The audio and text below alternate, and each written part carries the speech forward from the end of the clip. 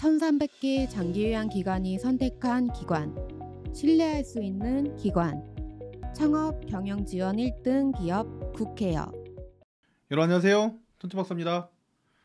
예, 여러분 이번 시간에는 그 모니터링 환수당하지 않는 법 주간보 시간입니다. 주간보 인력 배치 보도록 하겠습니다. 예, 그냥 주간보라기보다는 주간보 인력 배치 관련이죠. 2023년도 모니터링 매뉴얼 네이버 카페에 올려놨으니까 보시면 됩니다. 자, 인력 배치 가산 주간보 센터 환수당하지 않는 법 시작하겠습니다.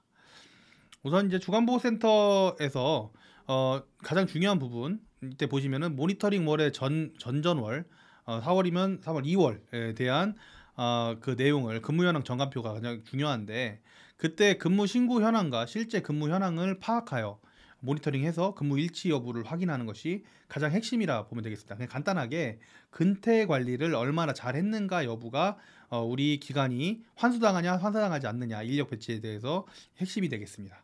이 부분에 대해서는 여러 번 이야기를 강조를 또 밑에서 또 할 거니까 이렇게 좀 진행을 하면 될 것 같습니다.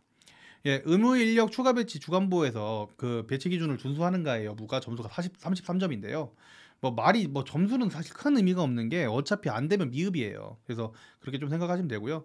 의무 인력 배치 현황이 17점, 인력 추가 배치가 8점, 간호사 배치가 8점 이렇게 되어 있습니다. 그래서 내용을 한번 살펴볼까요?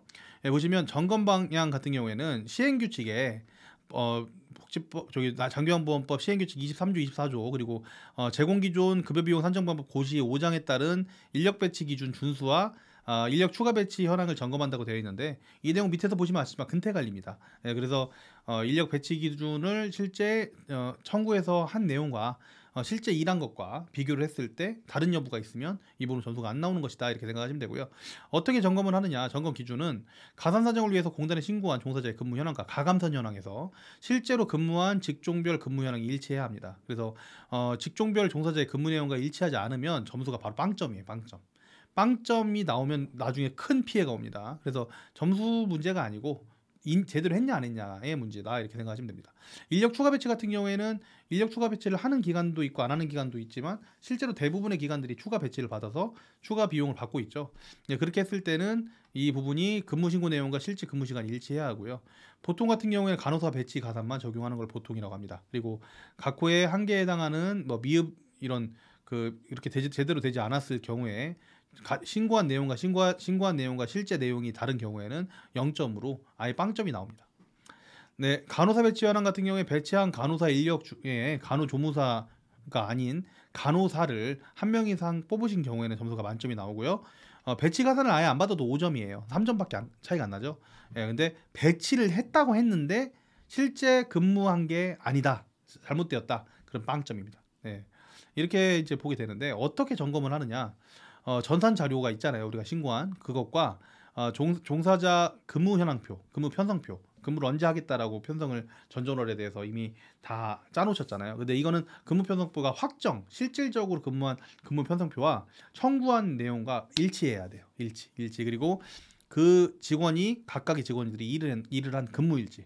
여기에 근무일지라고 포괄적으로 되어 있는데 요양보 선생님들은 보통 급여 제공 기록지를 작성하고요. 간호사 선생님도 급여 제공 기록지나 간호일지를 쓰시죠.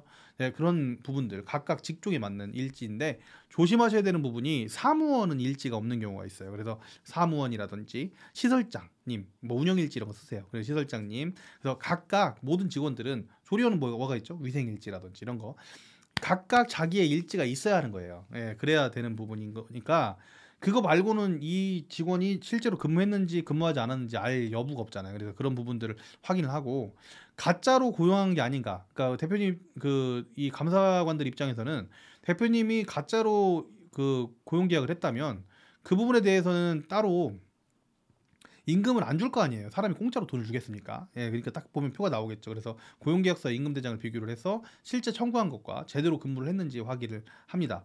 근데 이제 여기서 이제 많이 걸리는 것들 중에 하나가 어떤 거예요? 근무 시간이 계산을 해보니까 이게 두 가지가 있거든. 사실은 따져보면 첫 번째는 이게 이제 일치하지 않는다는 건 한 날짜가 실제 근무한 사람이 전체로 봤을 때 필수 인력보다 적다. 신고한 필수 인력보다. 그리고 추가 배치한 인력 신고했던 추가 배치 인력보다 적다. 사람 수도 확인을 하고요. 사람 수만 확인하는 게 아니라 시간도 확인을 해요. 기준 근무 시간이라는 게 있거든요. 그래서 기준 근무 시간 이상을 각 직종별로 근무를 했는가라고 하는 여부가 굉장히 중요한 내용이거든요. 기준 근무 시간이라는 건 다들 아시죠? 여기 지금 달력상 4월달 같은 경우는 20일이 검정 날짜인데 검정 날짜 곱하기 8시간. 네, 그렇게 하면 나오는 시간 160시간이 4월달에는 시간이 되네요. 그렇게 됐을 때 그 이상 근무했는가도 확인하는데 하필이면 제대로 근무를 해보니까 159.5시간 일했다. 그러면 그거를 우리 청구할 때 그냥 막 올려버렸다. 만약에 습관적으로 청구하는 사람이 그랬다간 이게 이제 일치하지 않는 걸로 나오는 겁니다. 걸리면. 그래서 이런 부분들이 많이 나오니까 아예 적정 청구를 해버리시는 게 낫고요. 만약에 이 부분 같은 경우에는 이 부분에 대해서 확인이 문제가 된다면 어떻게 된다? 여기 밑에 보시면 근무 사실이 불명확하거나 근무표와 다르게 종사하는 경우 사유를 확인합니다. 그러니까 사유를 확인해서 이거 서류가 이상한 거예요? 아니면 진짜 이렇게 잘못한 거예요? 이렇게 물어보죠. 그런 다음에 다시 확인할 때 종사자 면담을 통해서 실제 근무 여부를 확인해서 적용을 했는데 진짜 잘못한 거야. 그러면 미준수에 해당하면 가산지급 기준 미준수에 해당한다라고 나옵니다. 이 필수 사항이 되게 무서운 게 이겁니다. 가산지급 기준 미준수에 해당한다는 뜻은 뭐예요? 돈을 뺏어가겠다라는 뜻입니다. 그래서 자진신고 대상이다. 돈을 다시 내라간다. 예, 다시 내놓으라고 한다. 그리고 청구하지 않았다면 직종별로 다시 청구를 하게 돼 있다. 그 빠져 있는 그 사람을 빼고 월급은 그대로 나가죠. 예, 근데 이걸 다시 뺏어가니까 굉장히 손해가 크겠죠. 거기만 그렇게만 끝나는 게 아니라 모니터링에서 문제가 생기면 현지 확인 심사로 이렇게 확인을 해서 조치를 취한다. 이게 말을 되게 고상하게 해놨는데 현지 조사 때 걸려서 크게 문제될 수 있죠.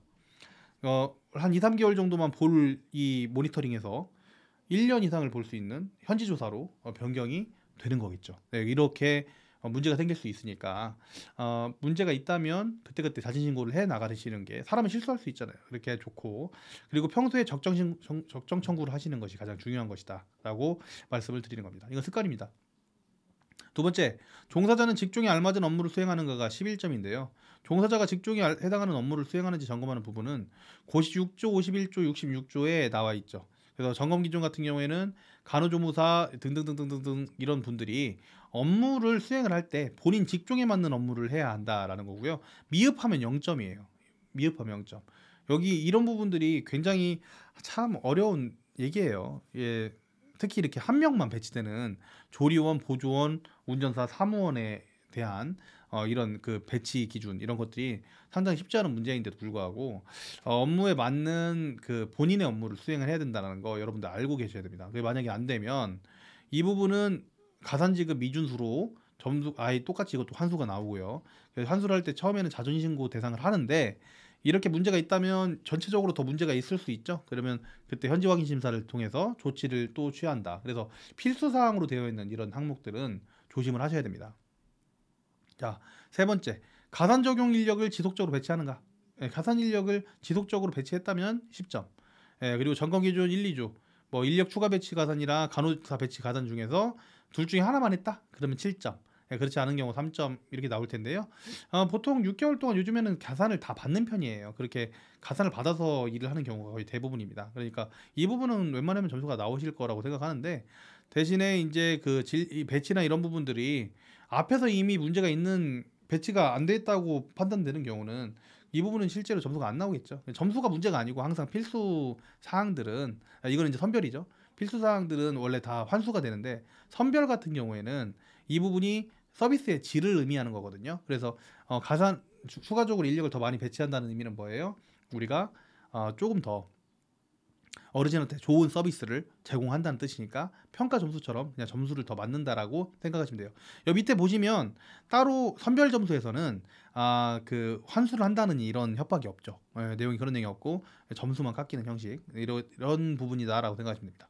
수급자의 생활을 쾌적하고 안전하게 유지하는가도 선별 점수인데요. 10점입니다. 이 부분은 수급자 의복부터 이런 부분들 다 평가에 다 포함되어 있는 내용이죠. 그렇기 때문에 이런 부분들 그냥 따라 주시면 되는 부분이라 저는 점수를 맞으라고 그냥 말씀드리고 넘어가면 될 것 같아요. 그래서 당일 현장 확인을 하기 때문에 평소에 이거는 습관인 것 같아요. 여러분들 청소하고 하시는 부분들은.